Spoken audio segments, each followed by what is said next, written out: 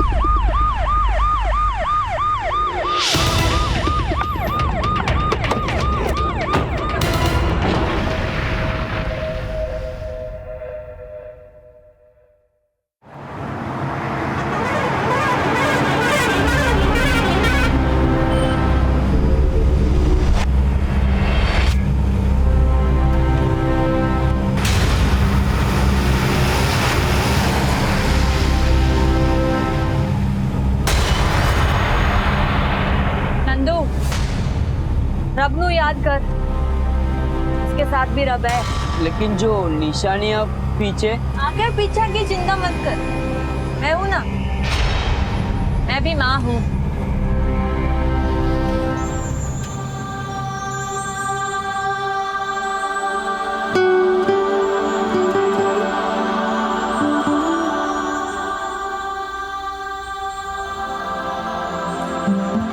दादाजी, ये देखो मैंने मम्मी की तस्वीर बनाई। देखूं ना, ये तेरी माँ नहीं है। ला, मैं बताऊं।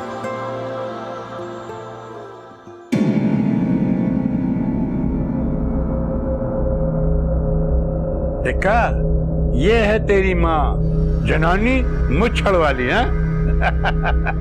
ये ना भूलो, इस कुनबे की मूछें जीत की वजह से बची हुई हैं, वरना शमशेर दे मरन दे बाद सब लुट जाना सी। मेरे कुलजीते दी ड्राइंग खराब ना करो। चल पुत्र, आ अंदर खाना खा ले।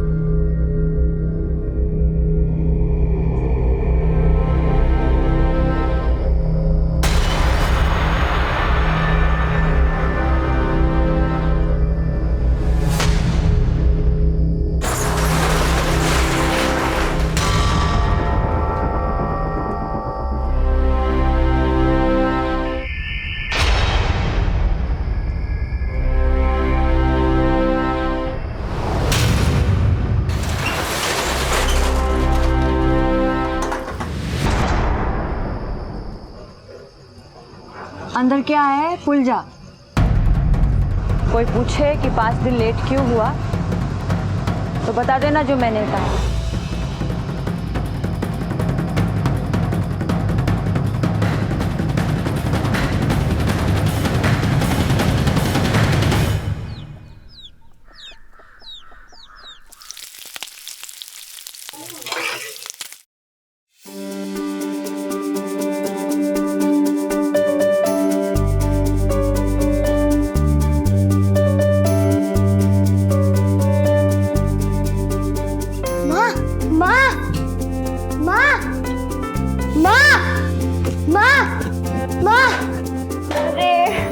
पुत्र,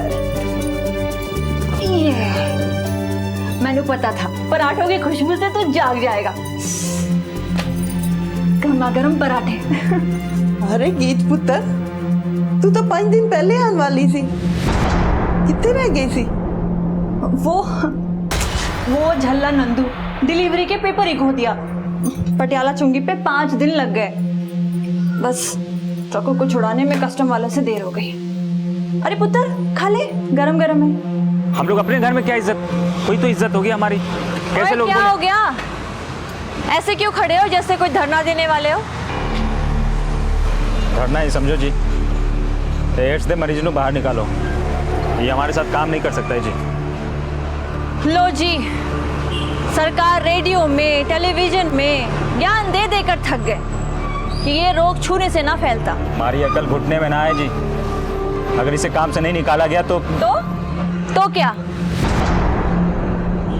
आप सब लोग कान खोलकर सुन लो। ना तो मैं अपने पेट पर लात मारना चाहती हूँ, ना ही सतिंदर के। हाँ, किसी को यहाँ काम करके तकलीफ है तो वो अभी यहाँ से जा सकता है, लेकिन सतिंदर बलदेव ट्रांसपोर्ट छोड़कर नहीं जाएगा। लगता है इसकी पोल पट्टी खोलनी पड़ेगी। जहाँ दिलो दिमाग पे जहाँ दिलो दिमाग पे खौफ का साया ना हो, खौफ का साया ना हो, जहाँ गर्व से उठे हो सर, जहाँ गर्व से उठे हो सर, शर्म से झुके ना हो, शर्म से झुके ना हो, जहाँ हर शब्द में सच्चाई की गूंज हो, सच्चाई की गूंज हो।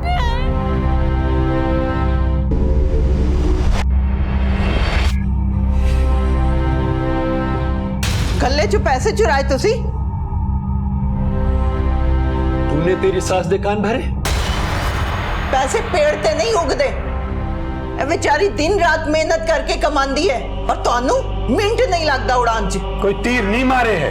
मेरे बेटे दा जमा जमाया धंधा संभाल रही है, जिस पे सिर्फ मेरा हक है। ये सिर्फ नौकर है बलदेव ट्रांसपोर्ट की।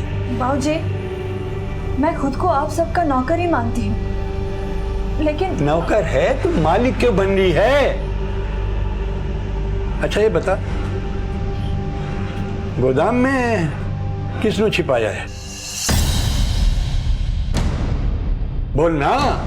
लग गया ना जुबान पे ताला, लेकिन आज ये ताला टूटेगा। जुबान दाभी और गोदाम दाभी।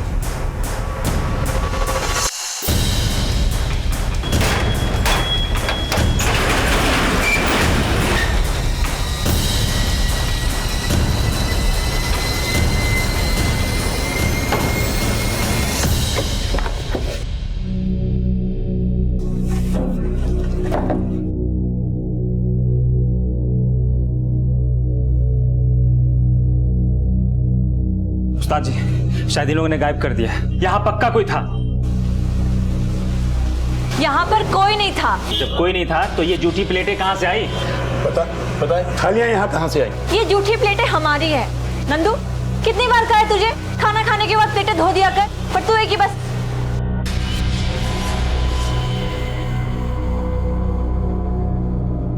संदीप रुक। तूने किससे पूछकर गोदाम का ताला तोड़ा था? ज्यादा ताप न दिखा, मैंने पता है यहाँ पे कोई था। ओए, बात सुन। मैनू अकल के साथ साथ घुटने भी चलाने आते हैं, और साथ में जुतियां भी। तू निकल यहाँ से और वहां जाके नौकरी करना जहां तुझे जासूसी के पैसे मिले। चलेगा यहाँ से?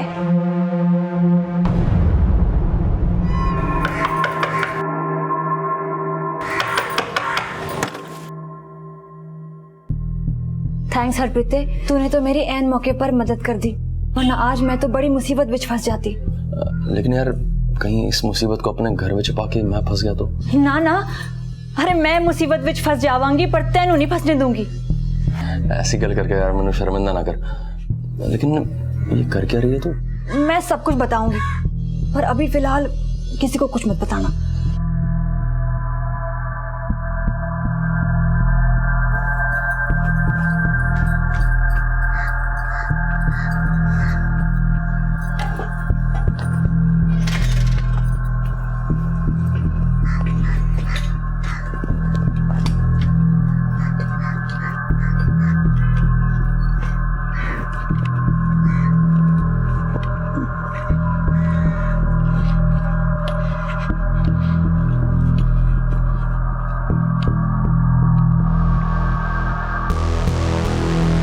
बाबूजी, आप मेरा पीछा करने वाले थे ना? हाँ, क्योंकि मैनू मालूम है तो कुछ गड़बड़ कर रही है। ये खाना किदे वास्ते ले जा रही थी? बाबूजी आप अपना दिमाग लगाना छोड़ दो। तेरी सास तुझे बहुत महान समझती है ना, देखना एक दिन वो तेनू इस घर से निकालेगी। उंगली फुंकारे कोयल दी कूक।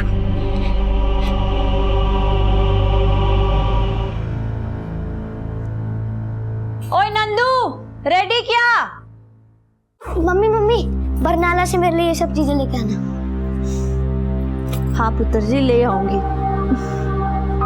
पुत्र जी ए ले टाइम दिखा लेना। पुत्र जी कोई परेशानी? नहीं मम्मी जी, कोई परेशानी नहीं है, चलती हूँ। चल पुत्र, अपना ध्यान रखना।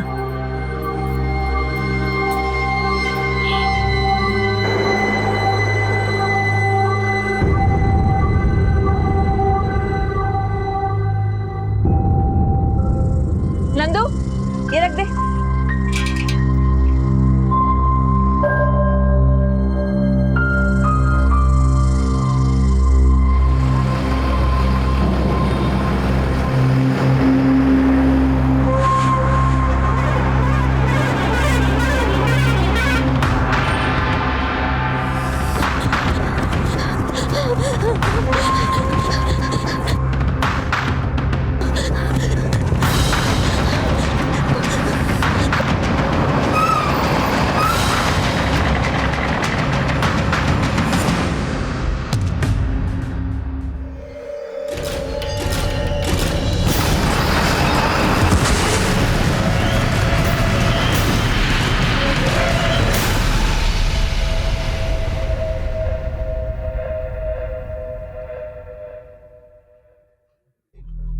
उस औरत की पोस्टमार्टम रिपोर्ट, हत्या का टाइम रात 2 बजे के आसपास। लेकिन सर जी विक्टिम की बॉडी पे कुछ इंजरीज और जले के निशान मिले हैं। पोस्टमार्टम रिपोर्ट और बॉडी पे पाए गए निशानों से यही लगता है राणा कि किसी ने इसे बांध के बहुत टॉर्चर किया है और ये अपनी जान बचाने के लिए हाईवे पर नंगे पैर कई किलोमीटर दौड़ी है,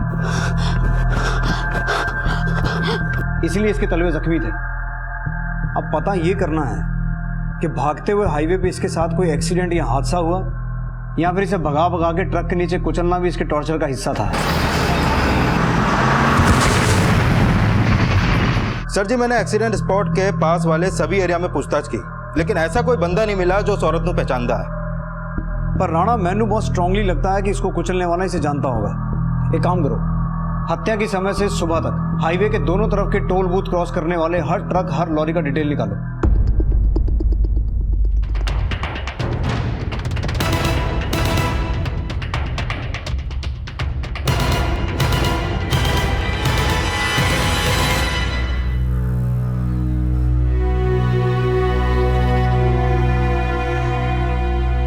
जिस नंबर को डायल कर रहे हैं वो इस समय स्विच्ड ऑफ है।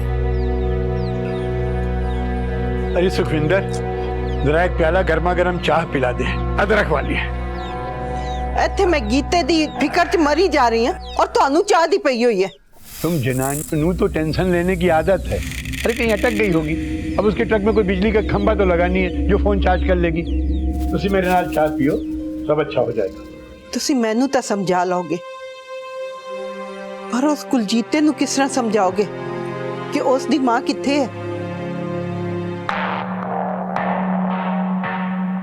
सत श्री अकाल जी।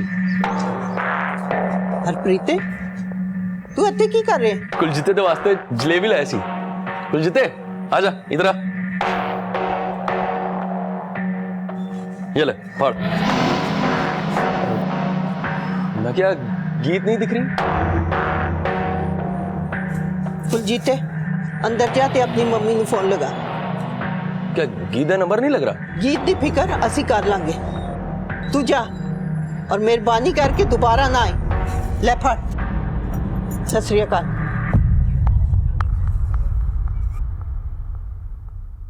डर जी चाई जी उत्थे कोई है? मैंने खिड़की तो देखा, मनु देख रहा सी।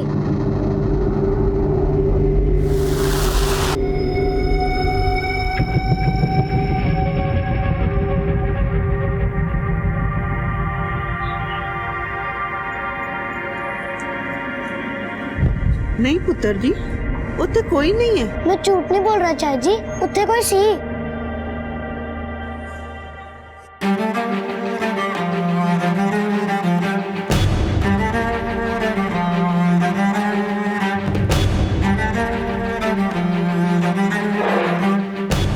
सर, इस नंबर का ट्रक सिरसा बरनाला रोड पर सरदूलगढ़ बॉर्डर क्रॉस करके सिरसा की तरफ तो गया, लेकिन सिरसा चुंगी नहीं पहुंचा। ये मतलब निकलता है कि ये ट्रक सिरसा और सरदूलगढ़ के बीच में कहीं पे खड़ा है। एक काम करो, सरदूलगढ़ बॉर्डर की फुटेज में इस ट्रक को आइडेंटिफाई करो।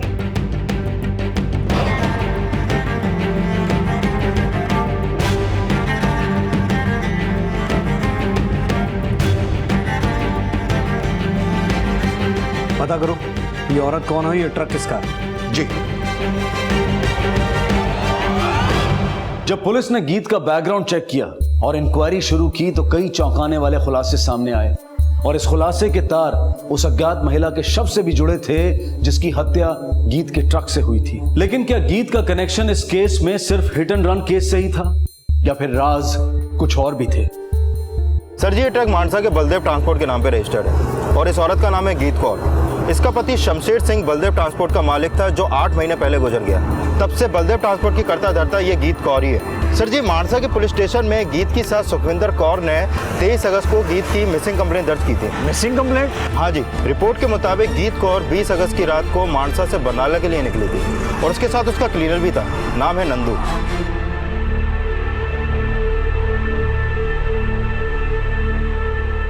पुत्र जी, थोड़ा तो खा लो। जब तक माँ नहीं आती तब तक मैं कुछ नहीं खाऊंगा।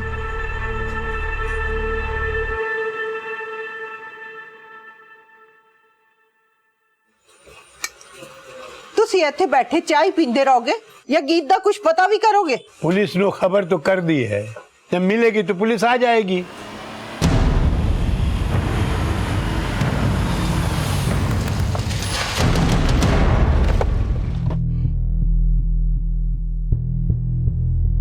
सर जी, हमें नहीं पता ये कौन है। आप नहीं तो शायद गीत जानती हो। गीत?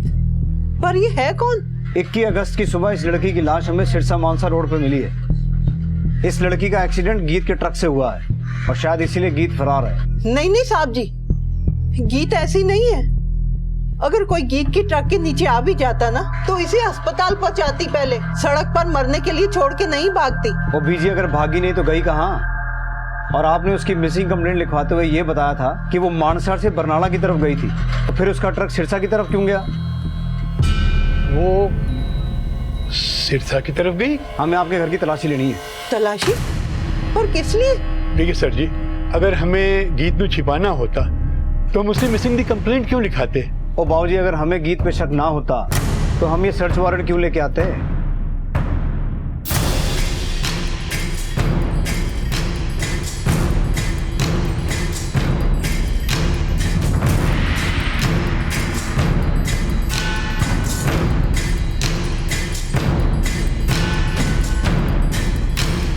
नहीं है सर जी। देखो जी, अगर गीत यहाँ आती है या आपको फोन करती है या किसी भी तरीके से आपको कांटेक्ट करने की कोशिश करती है तो हमसे छुपाने की गलती ना करना।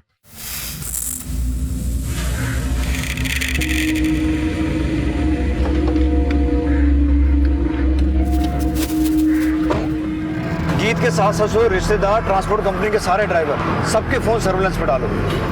मुझे लगता है गीत इनसे कभी ना कभी कांटेक्ट करने की कोशिश जरूर करेगी। लेकिन सर जी, मानसा पुलिस स्टेशन में मैंने गीत के बारे में पता किया तो वहाँ के एसआई सतपाल को गीत के पिंड वालों से गीत के बारे में मिली जुली राय मिली। कुछ उसे पसंद करते हैं, कुछ नापसंद। नापसंदगी की वजह? सर जी, उसके कंपनी में कई ड्राइवर थे, फिर भी जनानी होकर वो खुद ट्रक चलाती थी और कई कई दिन तक घर भी नहीं जाती थी। इस गीत की कॉल डिटेल निकालो, पता लगाने की कोशिश करो कि असल में ये औरत थी कैसी, और ये भी पता करने की कोशिश करो कि जिस औरत की लाश मिली थी वो कौन है और उसका गीत के साथ क्या कनेक्शन है। जी सर जी, मैंने गीत के फोन रिकॉर्ड चेक किए। उसका फोन 20 अगस्त की रात सरदूलगढ़ हरियाणा बॉर्डर के पास एक्टिव था, जहां हमें उस औरत की लाश मिली थी।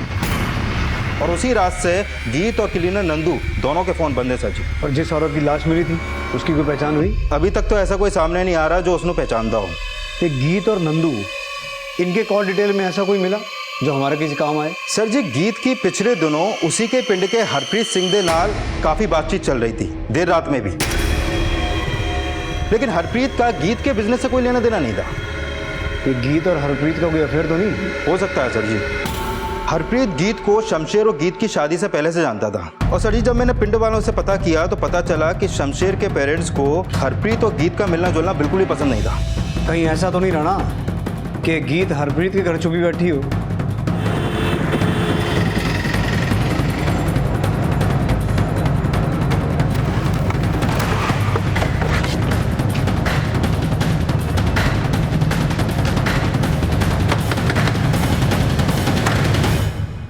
हरप्रीत जी।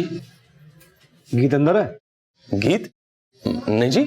चल देख लेते हैं, तलाशी लो घर की।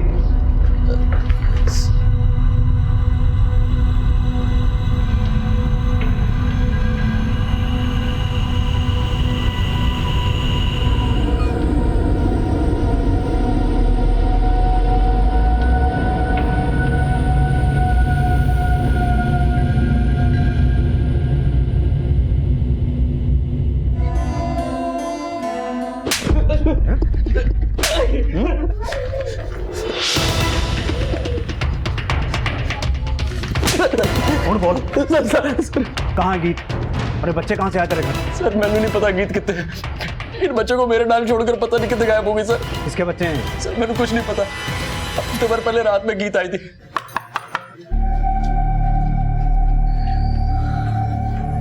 गीत तू यहाँ इस वक्त? हरप्रीत मेरी एक मदद कर दे यार। पहले उसने बच्चों को अपने गोदाम में छुपा के रखा था, फिर मैंने चाबी देकर बोली कि इन्हें अपने घर ले आऊं। सर मैं मना नहीं कर पाया सर। सर गीत ने मैंने बस इतना बोला कि वो इन बच्चों की मदद करना चाहती है और इन्हें जल्दी मेरे घर से ले जाएगी। इसे देखा कभी गीत के साथ? नहीं सर। देख हरप्रीत, अगर तेरी एक भी बात झूठ निकली ना बोलने लायक बचेगा ना बैठने लायक। आगे गल समझ? लेके चलो अनु। चल लो बेटा पी लो, लो खाओ।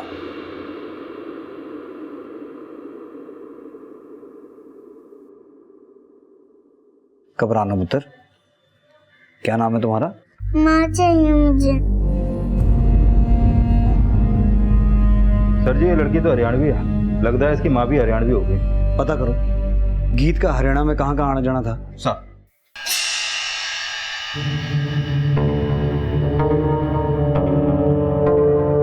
नहीं सर, मैंने नहीं जानता, लेकिन कुछ दिन पहले मैंने शक हो जाता कि गीत ने किसी ने गोदाम में छिपा रखा है। कैसे शक हुआ आपको?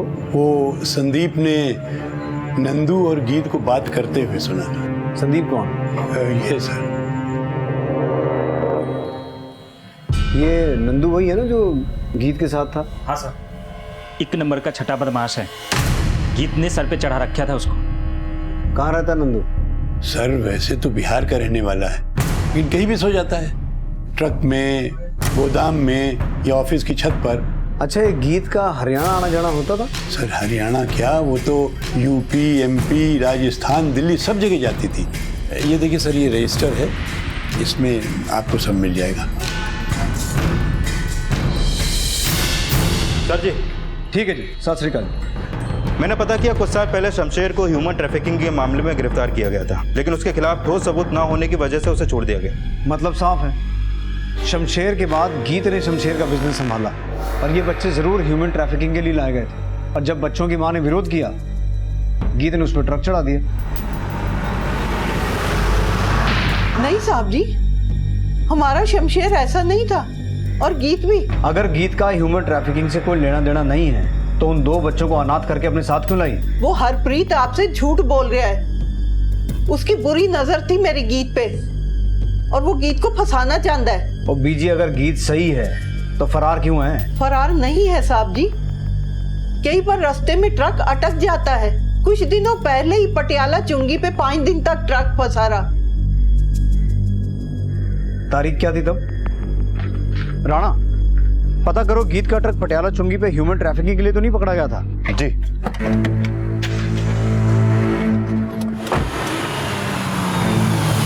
सर जी, मैंने पटियाला चुंगी पे पता किया। उन डेट्स पे तो गीत का ट्रक पटियाला चुंगी पे गया ही नहीं, बल्कि उन 5 दिनों में गीत की फोन लोकेशन सरदूलगढ़ बॉर्डर के पास हरियाणा के मलोर गांव की थी, और 20 अगस्त की रात को भी उसकी फोन लोकेशन यही की थी। सर जी, मतलब वो 2 बच्चे और औरत मलौर गांव के ही हैं? सर गीत का फोन अभी अभी ऑन हुआ है, सरदूलगढ़ बॉर्डर के पास, हरियाणा के खुर्द गांव में। सर जी, खुर्द तो मल्लोर से 15 किलोमीटर ही दूर पड़ता है। चलो।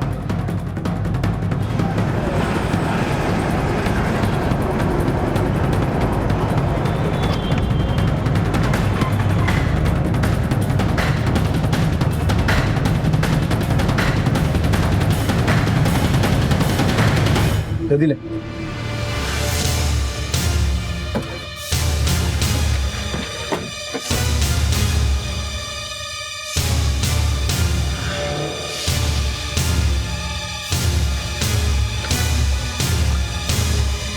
एक मिनट,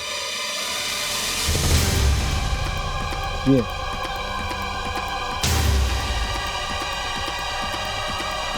अरे मैं लूंगा, मैं लूंगा। ओए, चटे। तो ये बोलती मैं लूंगा, ये बोलती मैं लूंगा, फोन को खराब कर रहे हैं। साहब तुझसे गीत कहाँ है? कौन गीत साहब? जिसका फोन है तेरे पास? साहब ये फोन ते मैंने उत्ते प्यारा मिला सीगा। अच्छा, हाँ जी। किथे?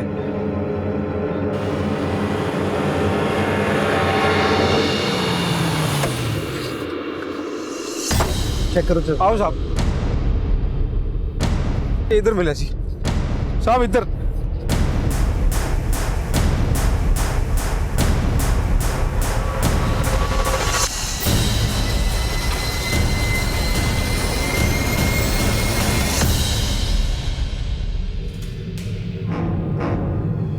आसपास का एरिया सर्च करो। राणा, बॉडी को पोस्टमार्टम के लिए भेजो। पुलिस गीत को अभी तक एक फरार क्रिमिनल मानकर ढूंढ रही थी, लेकिन उसकी लाश मिलने के बाद इस केस का रुख ही बदल गया। गीत भी एक पीड़ित की तरह सामने आई है, लेकिन जिस औरत की लाश पुलिस को मिली थी उसका गीत से क्या कनेक्शन था? आखिर गीत क्यों उसके बच्चों को अपने साथ लेकर गई थी? और गीत का हेल्पर नंदू अब कहाँ था? सर जी, अभी अभी गीत के क्लीनर नंदू का फोन ऑन हुआ है। लोकेशन जलंधर हाईवे के पास एक ढाबे की है। अपनी एक टीम भेजो वहां, क्विक।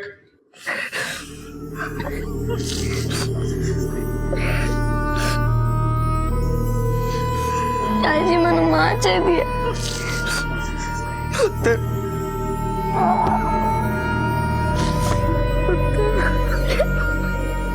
अरे पिन में नाक कटवा दे मरी है करम जली। दूसरों दे बच्चे अनाथ करने वाली दा खुद दा बच्चा अनाथ हो गया। नहीं, साडी गीत ऐसी नहीं थी। सर जी, पोस्टमार्टम रिपोर्ट के मुताबिक गीत के सर पे किसी भारी पत्थर से वार किया गया था और फिर उसके बाद उसकी बॉडी को जलाने की कोशिश की गई। सर जी, मैंने लगता है कि बारिश की वजह से वो आग बुझ गई। इसका मतलब ये हुआ राणा कि कोई ये चाहता था कि गीत की बॉडी आइडेंटिफाई ना हो, पर ऐसा कर कौन सकता है? और इस नंदू की क्या भागीदारी हो सकती है?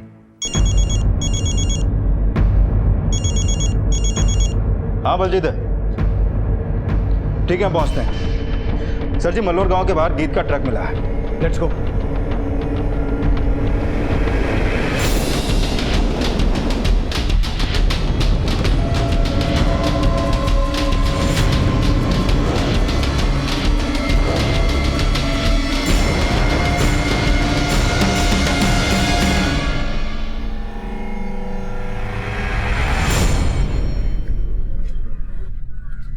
गीत का मलौर में आना जाना था।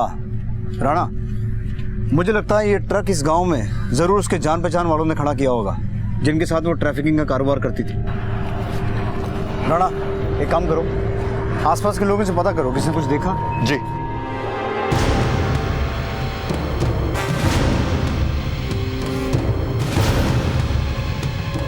नहीं सर जी, किसी ने कुछ नहीं देखा। अगर यहाँ किसी ने कुछ नहीं देखा तो गांव चलते हैं, पता करते हैं उस औरत को और 2 बच्चों को कोई जानता है कि नहीं।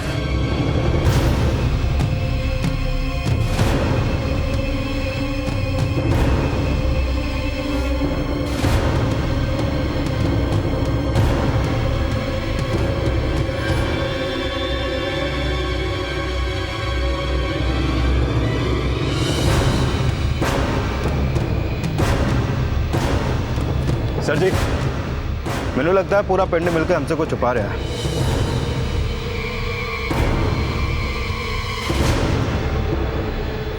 पुत्र जी, दूध पी लो।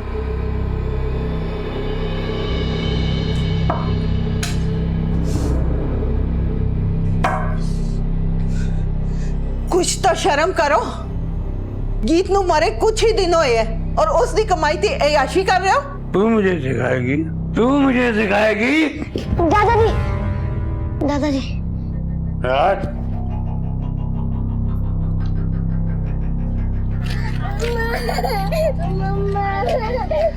हाँ बेटा, यही गांव है तुम्हारा? तुम्हें पता है तुम्हारा घर कहाँ है? हमें लेके चलोगी अपने घर?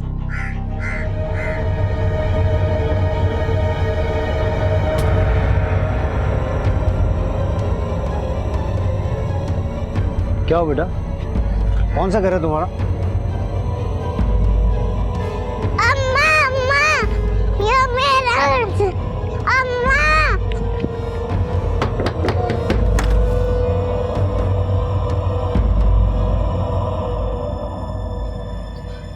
धर्म, क्या हो गया अम्मा?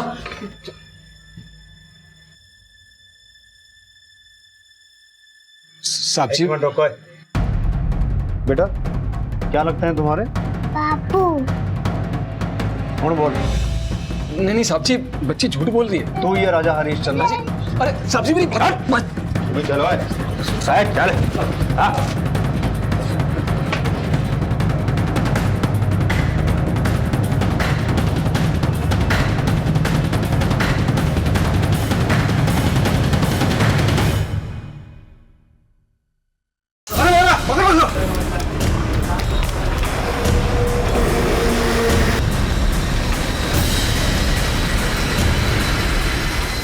साहब मैंने कुछ नहीं किया साहब, सच में मुझे किसने मारा? गीत का पति शमशेर हमारे गांव में शादी के लिए छोरियां सप्लाई करता था। शादी के लिए? हाँ साहब, वो हमारे आसपास के गांव में छोरियां की बहुत कमी है। इस खातिर शादी करने और बच्चा पैदा करने के लिए छोरियां खरीदनी पड़ती।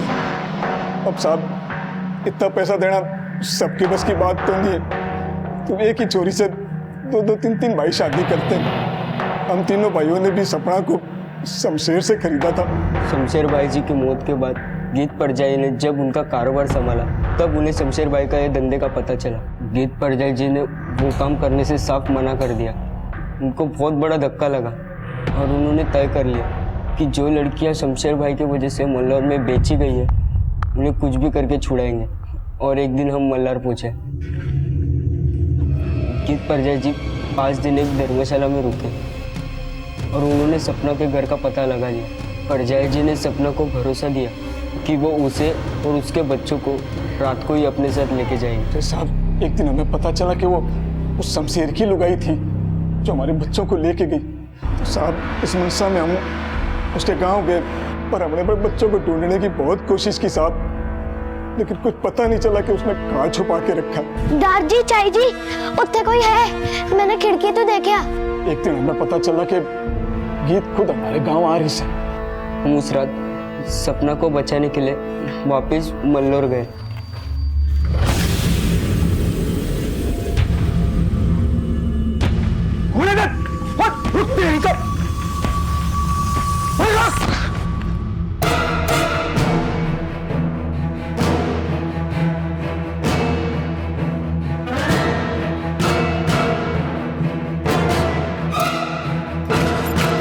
परजाई जी मैंने उनको चकमा दे दिया।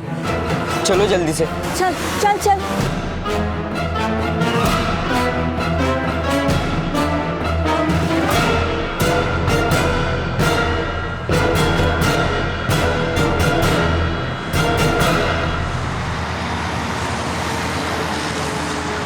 भाई साहब, मैं किसी तरह अपनी जान बचा के भाग गया। छोरा तो भाग गया और हमने गीत के ट्रक से ना सपना को कुचल दिया। हमने सोचा साहब कि ट्रक गीत का है तो शक जो है वो गीत तो नंदू पे जाएगा। लेकिन तुझे कैसे पता चला कि गीत शमशेर की बीवी है और वो ही सपना के बच्चों को अपने साथ लेकर गई है? उस साहब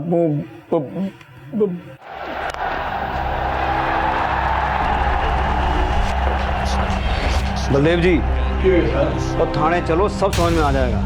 मैं जानता था कि शमशेर धर्म के जरिए मलौर में लड़कियां सप्लाई करने का काम करता था, इसलिए जब मुझे ये पता चला कि उस रात गीत और नंदू मलौर से वापस आए हैं और गीत अपने साथ 2 बच्चों को उठा करके लाई थी। मैंने ये बात फौरन फोन करके धर्म को बता दी। मैं ये भी जानता था कि गीत और नंदू उस औरत को बचाने के लिए जरूर जाएंगे, इसलिए जैसे ही वो घर से निकले मैंने धर्म को फोन करके ये बात भी बता दी। एदा मतलब है तुसी जानबूझ के अपनी बहू की जान खतरे में डाली? क्योंकि मेरी बहू मेरे बेटे के कारोबार की मालकिन बन गई थी, जो मुझे फूटी आंख नहीं भा रहा था। बलदेव जी, अब अपना बाकी का बुढ़ापा जेल में बिताना। जहाँ हर शब्द में सच्चाई की गूंज हो, जहाँ हर शब्द में सच्चाई की गूंज हो।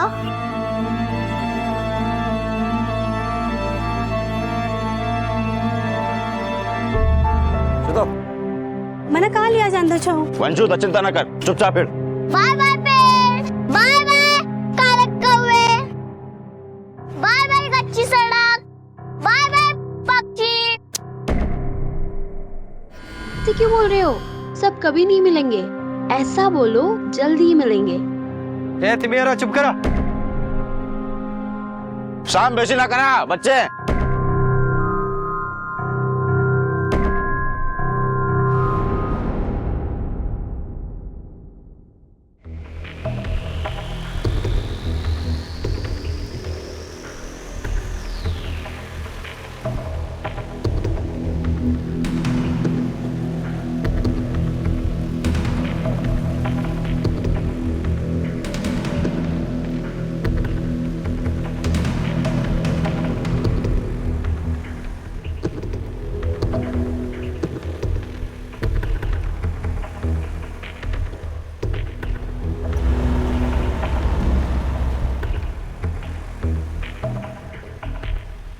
रघु भैया, हम दीदी के घर कब पहुंचेंगे? पहला दिल्ली जाएंगे, वहाँ तुम सब जन छोले कुलचे का नाश्ता करना, उसके बाद मुंबई में मिसल। दीदी मिसल क्या होता है? बच्चा, मिसल ना वहाँ का बहुत अच्छा नाश्ता होता है। हम लोग मिसल खाएंगे भैया, हम लोग मिसल खाएंगे। मिसल खाएंगे।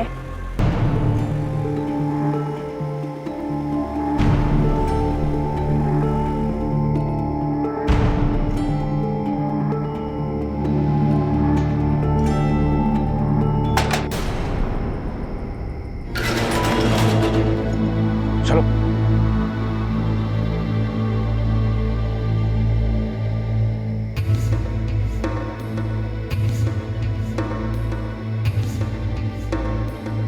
चलो चलो जल्दी जल्दी चलो। भैया, मैं दीदी से बात कर सकती हूँ फोन पर? अभी बहुत रात हो गई है, उसका मालिक गुस्सा करेगा। कल तुम सब जन अपने घर वालों से बात करना। चलो जल्दी चलो, चलो अंदर चलो चलो चलो जल्दी जल्दी जल्दी जल्दी करो जल्दी। अभी तुम सब लोग आराम करो, मैं कल सुबह आऊंगा, ठीक है? क्यों लाया गया था केसरी जैसी लड़कियों को और छोटे छोटे बच्चों को दिल्ली में? क्या होना है इनके साथ? कुदरत की मार सह चुके पड़ोसी देश के ये बच्चे अब इंसानों के हाथों और क्या सहने वाले थे? क्यों भेड़ बकरियों की तरह उन्हें वहां रखा गया था? क्या इन दोनों कहानियों का कोई सिरा एक दूसरे से जुड़ा हुआ था? मेरा बच्चा ने कहाँ चला गया? मेरा बच्चा, मेरा बच्चा, मेरा बच्चा कहाँ चला गया? मैं नहीं बुलाया था साहब आपको, सब मेरा बच्चा। मेरा बच्चा ने कहाँ चला गया? बॉडी को लेके चलो। जाने मेरे बच्चे को, जाने मेरे बच्चे को, छोड़ना मत उस लोकेशन को, जाननी है उसने मेरे बच्चे की।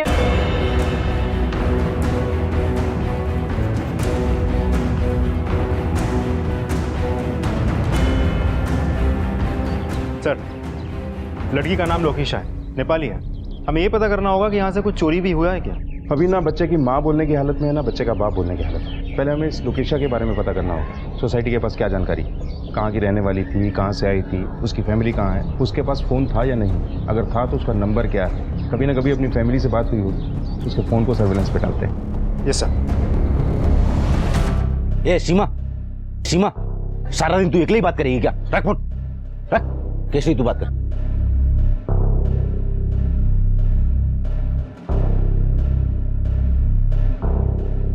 हेलो दीदी, मैं केसरी बोले को तपाईँ कस्तो छ?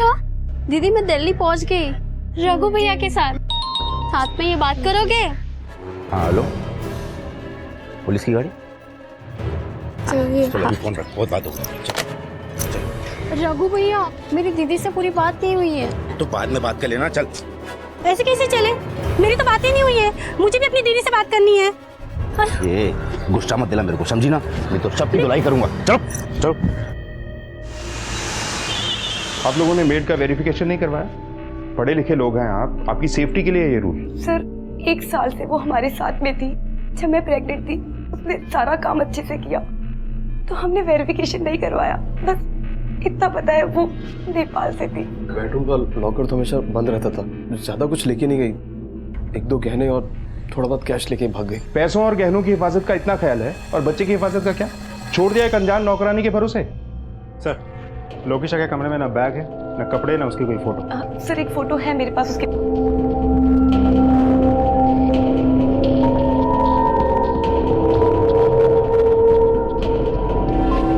नैनी कैम या बेबी कैम नहीं लगवाया? आजकल लगवाते हैं लोग घरों में। सर मैंने बोला था जिग्नेश से, पर नहीं लगवाया इन्होंने। आप एक काम कीजिए, ये फोटो आप मेरे नंबर पे भेज दीजिए। ये लड़की लोकेशा कैसे मिली आप लोगों को? वो हमारा वॉचमैन लालमणि लेके आया था उसको। साहब जी, मेरा मती मर गई थी, जो उसको मदद की। एक पहचान वाला ने बोला बेचारी परेशान है, मदद करो। मैंने यहाँ काम पर लगा दी। इससे पहले कहाँ काम करती थी? दिल्ली में काम करती थी साहब जी, फिर दिल्ली से 1 साल पहले यहाँ आ गई। नेपाल में कोई है उसका? कहाँ की रहने वाली थी, कुछ पता है तुम्हें? एक बहन है और 2 छोटा भाई है, बस इतने ही जानता हूँ।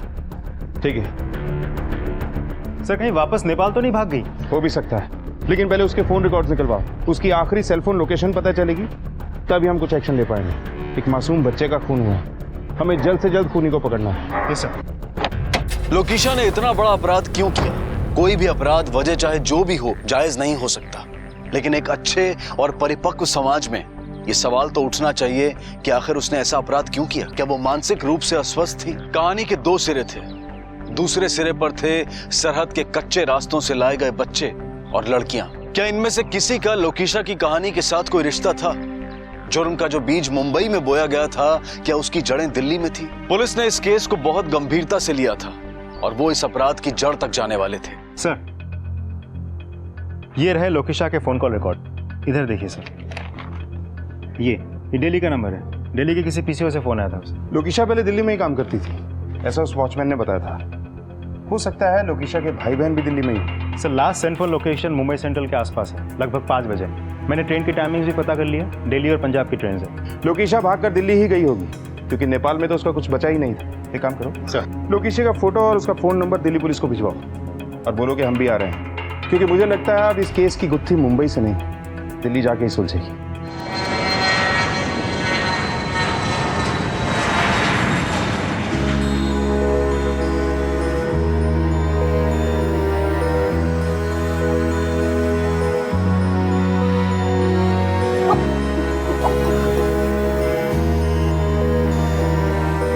दीदी मुझे प्यास लग रही है। पानी लेके आती हूँ, सोच।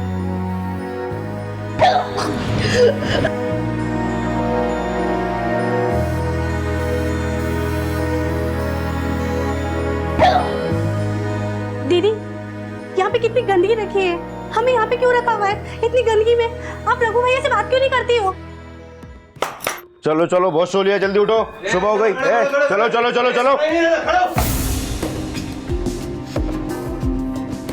कीर्ति मैडम, कैसे सामान लाए हो? ये दोनों घर के काम के लिए अच्छी है, ये पार्लर के लिए अच्छी रहेंगी। और ये पढ़ी लिखी है, 10वीं पास है, थोड़ी थोड़ी इंग्लिश भी बोलती है। इसको मैडम जी एकदम कड़क माल है, जबरदस्त। बिल्कुल सही कह रहे हो। किसका क्या करना है मैं बताऊंगी, तुम ख्याल रखो इन सब का।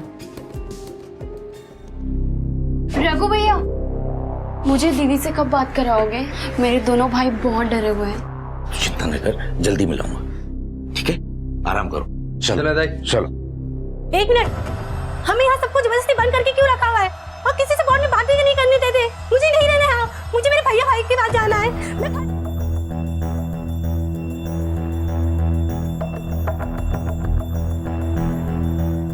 दीदी मुझे बहुत डर लग रहा है, नींद नहीं आ रही। हम जल्दी घर पहुंच जाएंगे। हाँ, आंखें बंद करके तुम्हें सब कुछ याद आएगा। हमारा गांव, वो झरना, वो बादल देखो नीचे नीचे आ रहे हैं। हम जल्दी घर पहुंचेंगे। हाँ, तुम सब डरो मत।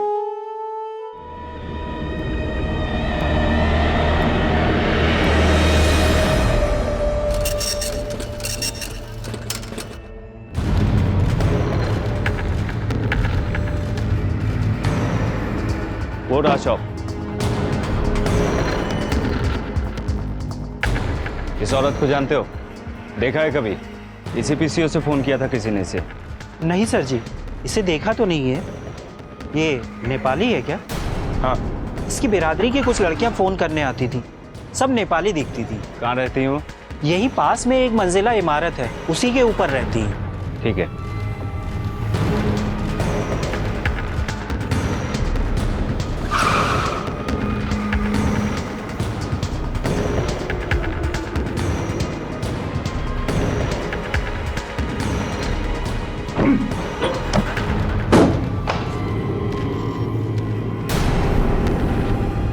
सर्च करो अच्छी तरह।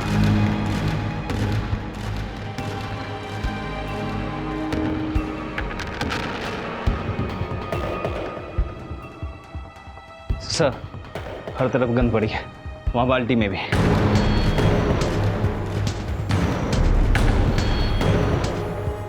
किसी केसरी नाम की लड़की की है। क्यों रहती होगी वो इस नर्क में? नेपाल के कमाती गांव के स्कूल की है। सर, ये देखिए।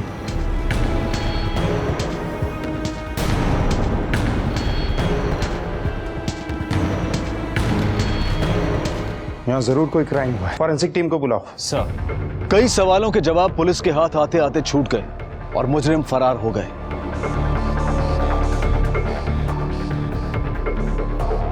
लेकिन मुजरिम सिर्फ इस भ्रम में जीते हैं कि वो कानून से 2 कदम आगे हैं, पर कानून की मजबूत गिरफ्त से ना तो कोई मुजरिम बच पाया है और ना ही बच पाएगा। देश को जुर्म से आजाद कराने की जद्दोजहद में लगी पुलिस फोर्स किसी भी कीमत पर इस जुर्म की जड़ तक पहुंचने की पूरी कोशिश कर रही थी।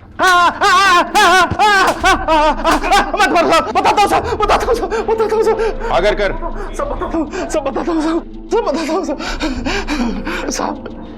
यहाँ कुछ नेपाली लोग रहते थे, कुछ बच्चे और कुछ लड़कियां आते जाते रहती थी साहब। कभी कभी उनसे मिलने वाले लोग भी आते थे साहब। हमेशा से वही लड़कियां रहती थी? नहीं साहब, अलग अलग लड़कियां आती और जाती थी साहब। कमरा किसको किराए पे चढ़ाया था? एक कृति मैडम है साहब। लड़कियां यहाँ क्यों लाई जाती थी? क्या होता था उनके साथ? वो तो पता नहीं है साहब। किसी के नाम एग्रीमेंट कुछ होता था क्या? हाँ साहब, नोटरी का ठप्पा लगा के किराए पर चढ़ा दिया था साहब। हर महीने समय पे अच्छा किराया आता था साहब। बता, ये कीर्ति कहाँ मिलेगी? दक्षिण दिल्ली में एक ब्यूटी पार्लर है साहब। तेज जाओ इसे। ये केस एक बच्चे के मर्डर से शुरू हुआ था, लेकिन लगता है कि ह्यूमन ट्रैफिकिंग का केस है ये, जिसके तार 3 जगह से जुड़े हैं, नेपाल से, दिल्ली से और मुंबई से।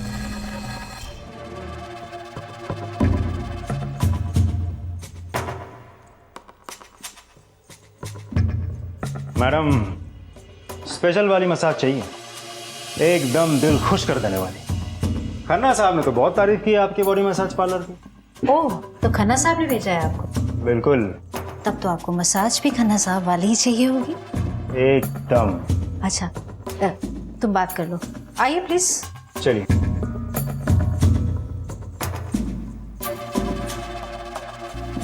आइए, आप यहाँ बैठिए, मैं भेजती हूँ।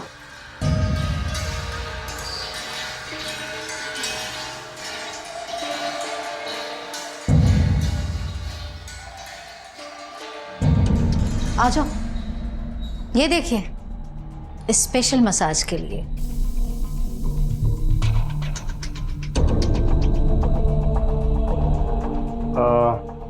कोई फ्रेश पीस नहीं है? फ्रेश है ना, जाओ अंदर से दूसरी लड़कियों को भेजो। बिल्कुल गुलाब की तरह, ताज़ी ताज़ी, फ्रेश। अभी देखिए, आपको दिखाते हैं। ये देखिए।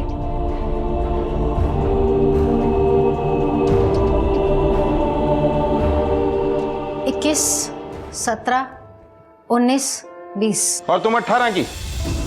अरेस्ट कर लो इन सबको। अरे साहब रुकिए ना, कुछ ले दे करके यहाँ हाँ पे। ले दे लेंगे, थाने में कर देखिए, देंगे। चलो देखिए, पहुंच बहुत ऊंचे तक है। पहुंच, थाने में निकाला। ए सिंह अंदर देखो, कोई और नहीं क्या। देखिए,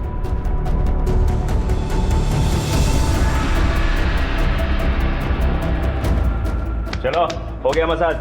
चलो। तो चुप साहब, रहिए, चुपचाप चलिए यहाँ से। कुछ भी नहीं है साहब, छोड़ो ना मुझे, छोड़ो साहब, ऐसा कुछ भी नहीं है साहब। आप मेरी बात क्यों नहीं सुन रहे हैं? सुन रहे हैं तुम्हारी बात थाने में।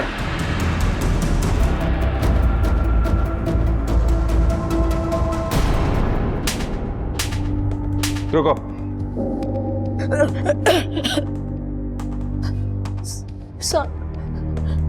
ये सारी लड़कियां हम नेपाल से मंगवाते थे। इनमें जो जवान होती थी उसे धंधे पे लगा देते थे, और जो बुढ़ी होती थी उसे घर के काम काज के लिए, और जो बच्चे होते थे उन्हें फैक्ट्री में। सब जो लड़कियां बचती थी उन्हें अपने पार्टनर में लगाते थे। अभी हाल ही में जो लड़कियां लाई गई वो कहाँ है? सर सब तो आपने छुड़ा ली। ये नेपाल से लड़कियां लाता कौन है? सब रघु।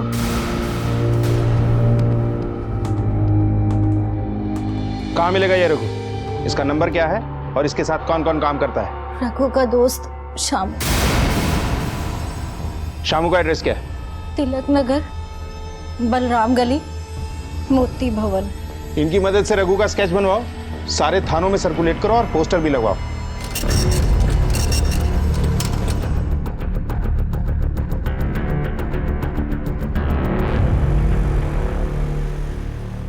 रघु, ये मैं तुम्हारे पैर पड़ती हूँ। अरे चुप कर। इन बच्चे के साथ कुछ मत कहना भैया, ये चुप। दर्द बहुत छोटे हैं।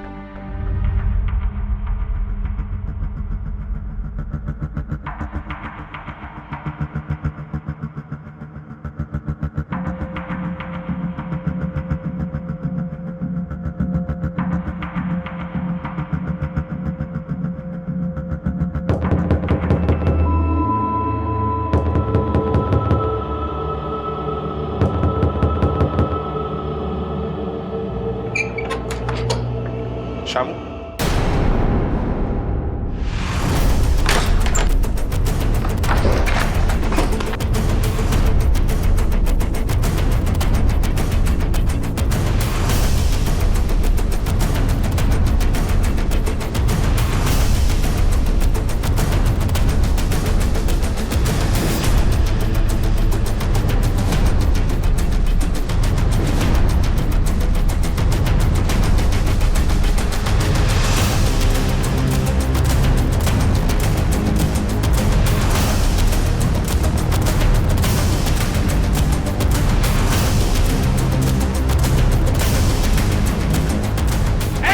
रुक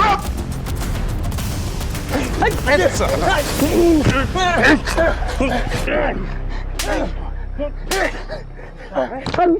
निर्दोष लड़कियों और मासूम बच्चों की तस्करी करता है, बाकी की जिंदगी जेल में चढ़ेगा तू। साहब मैंने कुछ नहीं किया साहब। साहब मैं तो सिर्फ मदद करता हूँ, बाकी सब काम तो रघु करता है साहब। वो नेपाल से लड़कियों को लेकर आता और उनके परिवार वालों से कहता कि उनको अच्छी नौकरी दिला देगा। लोकेशा का साहब? लोकेशा तो सर मैंने सिर्फ नाम सुना है साहब, मैंने उसे देखा नहीं है, लेकिन रघु से लेकर आया साहब। केसरी और उसके दो छोटे भाइयों से मैंने उसका नाम सुना था साहब, लोकेशा का नाम। इसके अलावा मैं कुछ नहीं जानता साहब। रघु कहाँ है? रघु कहाँ है? साहब रघु उन लोगों को लेकर ओखला निकला है साहब। ओखला में क्या है? साहब ओखला में टाइल बनाने वाली फैक्ट्री है साहब, वहीं बच्चों को लेकर गया है। ठीक से काम कर, कैसे काम करते हैं? ये सब क्या हो रहा है? इतने सारे बच्चे इतनी बुरी हालत में काम कर रहे हैं, बाल मजदूरी का रैकेट चलाता है। मारस! आप में से कोई इस लड़की को पहचानता है क्या?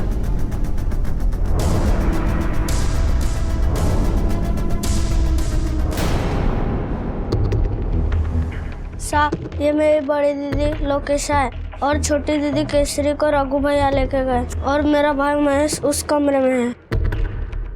कहाँ है बच्चा? कहाँ है? चल! कहाँ है बता? सर बच्चा तो मर गया।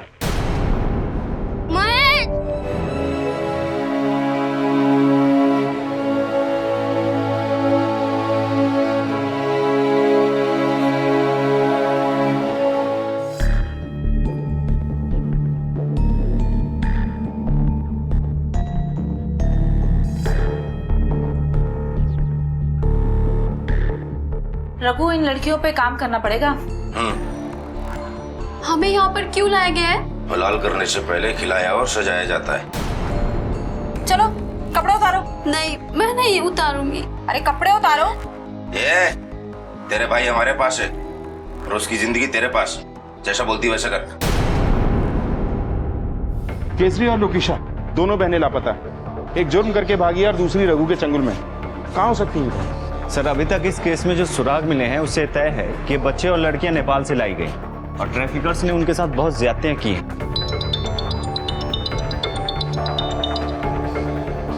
हेलो, ओके सर, लोकेशा का पता चल गया है।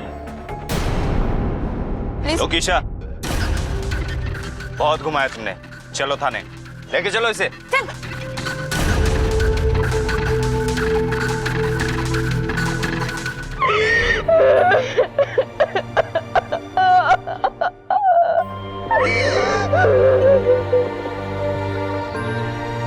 दीदी, आप क्यों जा रहे हो? आप मत जाओ। हम यहाँ पे सब अकेले पड़ जाएंगे। तेरा ना लो, घर बनाना है, तुम्हारी आधी पढ़ाई भी बाकी है ना। हाँ। तुम अभी से ऐसा करेगो तो कैसे होगा? तुम मेरी गुड़िया हो, है ना? तुम्हारी आंखों में आंसू अच्छा नहीं लगता। तुम पढ़ाई पे ध्यान देना, ठीक है? और मनोहर काका है ना, उनके पास मैं पैसा भेज दूंगी और आज से तुम्हें इनके बाप और तुम्हें इनके पापा। हाँ दीदी, ठीक है? मैं ख्याल रखूंगी।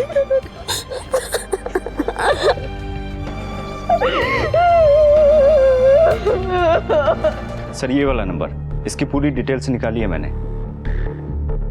सर, वो लोकेशा मुंह नहीं खोल रही है, वो बहुत डरी हुई है।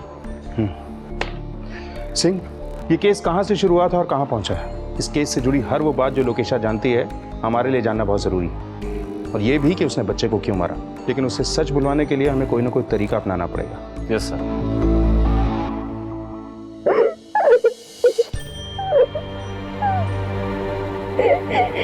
दीदी, लक्ष्मण,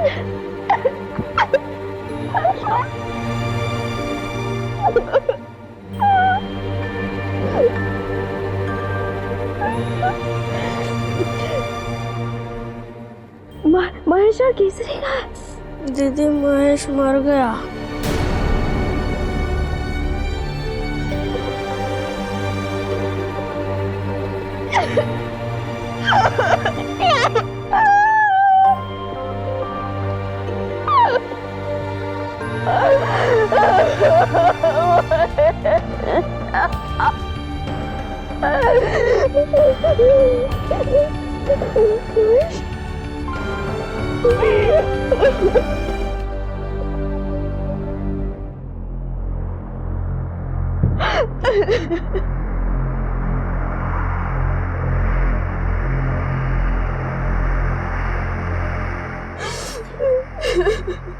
लोकेशा, तुम्हारी बहन को ढूंढने के लिए हमारी टीम दिन रात एक कर रही है। केसरी और उस जैसी लड़कियों को उनके चंगुल से छुड़ाना। देखो, हम समझ सकते हैं तुम्हारे साथ जो हुआ वो ठीक नहीं, लेकिन जो तुमने किया वो भी ठीक नहीं था। अब हमें खुल के बताओ कि तुम्हारे साथ क्या हुआ, क्यों मारा तुमने उस बच्चे को। देखो, हमारी मदद करो ताकि हम तुम्हारी मदद कर सकें। डरो नहीं, बताओ क्या हुआ था तुम्हारे साथ। आज तक किसी ने मेरी मदद नहीं की। 28 साल की थी जब मुझे रघु इधर लेके आया था। मेरा पति मर गया और मेरे बच्चे भी नहीं थे। मेरे 2 भाई और मेरी बहन केसरी, उन लोगों को मैं अपने मासी के पास छोड़ के इधर काम करने आ गई दिल्ली में। वो रघु ने मुझे मसाज पार्लर में बेच दिया। वहाँ पे मसाज के साथ साथ और भी बहुत सारी चीजें होती थी। वो सब काम भी करवाते थे जो मुझे नहीं करना। और रोज लोग आते थे, मैं गिनना भूल गई। मैं बस यही प्रार्थना करती थी कि मुझे भगवान इस नरक से निकाल दे। 2-3 साल तक मैंने ये काम किया। फिर मेरी बढ़ती उम्र की वजह से मुझे मुंबई में एक घर में आया का काम दिलवा दिया। उसका मुझे रघु को कुछ कमीशन देना पड़ता, लेकिन मेरे लिए सही था क्योंकि मुझे लगा कि मैं इस दलदल से बाहर निकल गई। लेकिन तृप्ति मैडम पेट से थी जब मैं उनके पास काम करने आई। अरे जान नहीं है क्या तेरे हाथों में? जा, तुझसे नहीं होगा, जाके अपना काम कर। और सुन, जाते जाते दरवाजा बंद करके जाना। उनके पति का मेरे पे बहुत गलत नजर था। मुझे पता था कि मैं ज्यादा दिन तक उससे नहीं बच सकती। सब मर्द एक जैसे होते। मेरी बात सुन। इधर इधर इधर इधर बैठ बैठ। मेरी बात सुन। तू जानती ना तृप्ति पेट से जब से मेरा उपवास चल रहा है। देख तू कितनी सेवा करती है उसकी, है ना? थोड़ी सेवा मेरी भी कर दे ना। मैं वैसी लड़की नहीं हूँ, मुझे जाने दे। मुझे पता है तू ऐसी लड़की नहीं है। तेरी ऐसी लड़की बहुत सारे वीडियो देखे मैंने। हर रोज ये सब होने लगा। हर रोज वो आता था और मुझे कुछ लेके चला जाता था। मैं कुछ नहीं कर पा रही थी। तुम्हारे साथ इतना गलत हुआ, तुमने पुलिस की मदद क्यों नहीं ली? कहीं दूसरी जगह नौकरी क्यों नहीं ढूंढ ली? मेरे पास कागज नहीं है ना, तो इन लोगों ने मुझे काम पे रख दिया। वो लोग पगार तो देते थे, लेकिन उसकी कीमत कई तरह से निकालते थे। लेकिन एक चीज था जिसकी वजह से मेरा मन लगा रहता था वहाँ। वो क्या? मैडम जी का बच्चा ऋत्विक बाबा। मेरा कोई बच्चा नहीं था ना, तो मैं बहुत खुश रहती थी ऋत्विक बाबा को अपनी गोद में खिला के। ऐसा लगता था जैसे मेरा अपना बच्चा है। ए लोकेशा, ये क्या ऋत्विक ऋत्विक लगा रखा है तूने इसे? बाबा बोला कर इसे। अगर तू इसे ऐसे बोलेगी तो घर के बाकी नौकर क्या बोलेंगे इसे? साहब मैं रहती तो उनके घर पे थी, लेकिन सिर्फ एक नौकरानी। पति रोज रात को हवस निकालता था अपनी, और मैडम मुझे ऐसा देखती थी जैसे मैं गंदगी हूँ। तो इसका गुस्सा तुमने उनके बच्चे की जान लेकर निकाला? नहीं साहब, बच्चे से क्या दुश्मनी। मैं तो उनका बहुत अच्छे से ख्याल रखती थी। मुझे नेपाल के बारे में पता चला कि वहाँ पे भूकंप आ गया, और मुझे साहब मुझे पता है मैंने जो किया वो सही नहीं किया, लेकिन उसकी सजा मेरी बहन केसरी को नहीं मिलना चाहिए। मेरी बहन केसरी को बचा। लोकीशा और केसरी जैसी लड़कियां अपने देश में बेघर और बेसहारा होकर निकल पड़ती हैं रोजगार और बेहतर जीवन की तलाश में, लेकिन भेड़ की खाल में छिपे इन भेड़ियों का वो आसान शिकार बन जाती हैं। वो मजबूर होती हैं और उनकी मजबूरी का नाजायज फायदा हर कदम पर हर कोई उठाने को तैयार रहता है। उनकी आजादी उनसे छीन ली जाती है। वो लौट कर जाना भी चाहें तो उन्हें जाने नहीं दिया जाता। इनमें से कुछ इस दर्द को अपना नसीब मान लेते हैं और कुछ हालात से लड़कर आजादी हासिल करते हैं। जुर्म की इस बड़ी दस्तक पर अब पुलिस मुस्तैद होकर मुकाबला करने के लिए तैयार थी। सर उस लड़की कीर्ति के बनवाए स्केच के आधार पर हमें रघु के बारे में एक बहुत इंपॉर्टेंट लीड मिली है। सर आज से 7 साल पहले बिहार में एक ग्रुप रॉबरी और मर्डर हुआ था, जहां 4 में से 3 अपराधी पकड़े गए, अभी भी सजा काट रहे हैं। ये चौथा फरार आदमी है। इतने खतरनाक आदमी के साथ केसरी और न जाने कितनी लड़कियां होंगी, पता नहीं किस हाल में होंगी।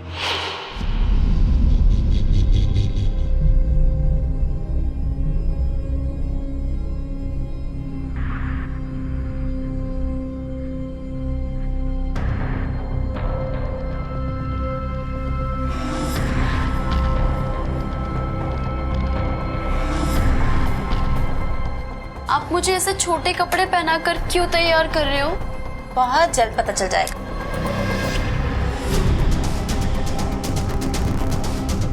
हेलो रघु, लड़कियां रेडी हैं? अब बोल। सर रघु के बारे में एक इन्फॉर्मेशन है। सदर बाजार के डिलाइट फोटो स्टूडियो में रघु कुछ लड़कियों के साथ देखा गया है। चलो।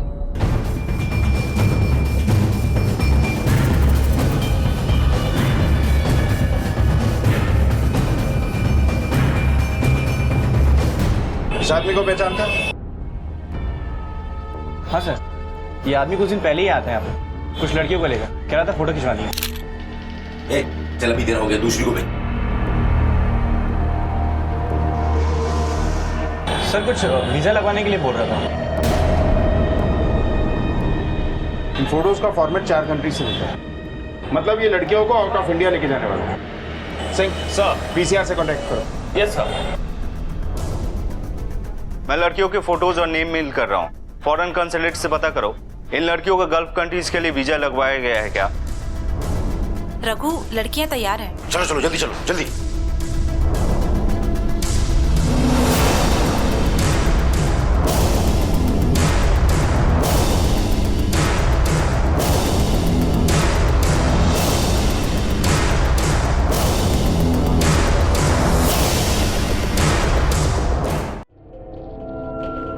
Okay thanks sir. खबर पक्की है, वीजा लिया गया था उन 3 लड़कियों के लिए। फ्लाइट डिटेल्स भी मिल चुकी हैं और फ्लाइट 3 घंटे में छूटने वाली है। टाइम बहुत कम है, हमें डिपार्चर से पहले वहां पहुंचना होगा। Right sir.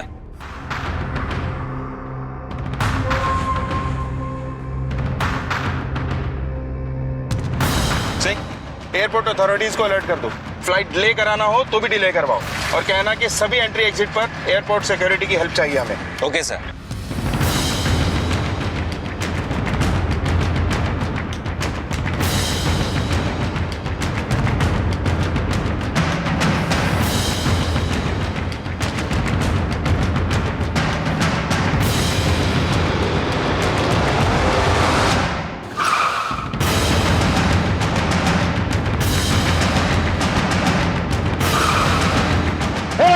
उधर नीचे। रघु रुक बोला तेरे को। रुक। रुक।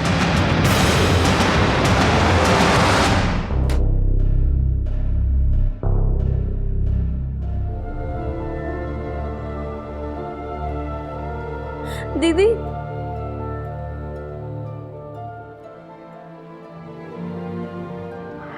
कैसा रे?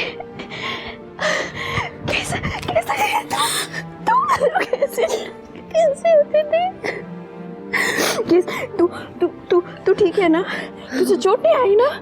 केसर ये क्या पहना है तूने?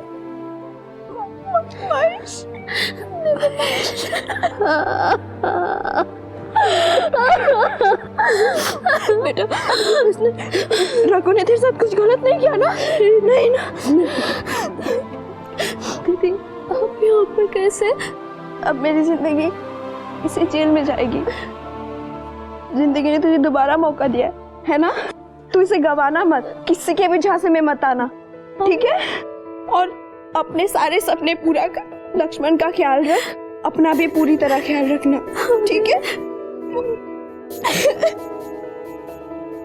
पूर्ण स्वराज की इमारत मानवता और समानता की नींव पर खड़ी होती है। जब हम पूर्ण स्वराज की बात करते हैं तो हम ये भूल जाते हैं कि इसे स्थापित करने के लिए हम में से हर एक का योगदान जरूरी है। ह्यूमन ट्रैफिकिंग यानी कि मानव तस्करी जैसा संगीन अपराध सिर्फ मानवता पर ही नहीं बल्कि पूर्ण स्वराज की सोच पर भी प्रश्न चिन्ह है। तृप्ति ने अगर लोकेशा की मनस्थिति समझी होती तो शायद यह अपराध टल सकता था, लेकिन अपराध के लिए बस वो एक पल दोषी होता है जब इंसान की सोच उसके हालात पर हावी हो जाती है। मुंबई और दिल्ली पुलिस की सक्रियता ने केसरी जैसी न जाने कितनी लड़कियों को इस दलदल में फंसने से बचा लिया। सरकार ने केसरी और उसके भाई लक्ष्मण को अपने ही देश के एनजीओ की मदद से आश्रय दिया। उनकी सुरक्षा करने वाले सभी पुलिसकर्मियों की कलाइयों पर राखी बांधकर भारत से जाते जाते वो स्नेह और कर्तव्य की मिसाल ले गए।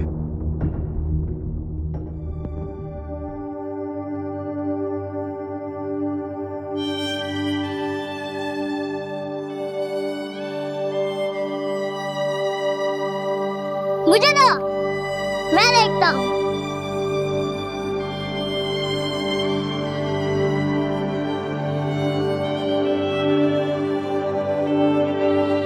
दीदी,